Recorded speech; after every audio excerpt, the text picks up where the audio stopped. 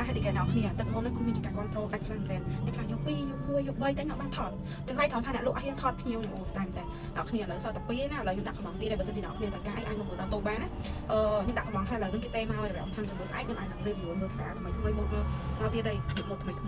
ពួកអាហេតុគេនេះពាក់ទៅអត់ស្គីបានមកហើយអ្នកគ្នាណាចានេះតែគេគឺទុន10000ហ្មងប្រភេទកៅអៅចាក់របៀបថាមើលទៅថ្លៃក្នុងហ្មងអ្នកគ្នាបើសិនជាអូនផ្សេងណាដែលគាត់ចូលចិត្តទីគ្រូបានភាពពាក់ទៅនឹងផ្លូវចិត្តហ្មងអ្នកគ្នាណា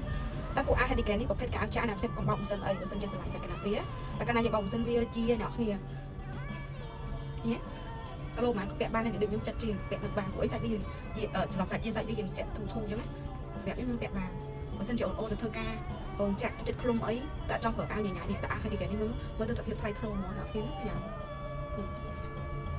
លោករៀងស៊ីទៀតនិយាយទៅស្ទាយរបស់ខ្ញុំអត់សមនឹងរបៀបសភាពទេអ្នកគ្នាបានស៊ីឆ្នាំអញ្ចឹងតែបងអូនសភាពអីត្រូវអូខ្ញុំមិនលោកដឹងស្ទាយខ្លួនឯងច្បាស់ណាស់ព្រោះមុខកាចបាទទៅក្នុងស៊ីបើឲ្យធ្វើសភាពទៅរៀងហ្មង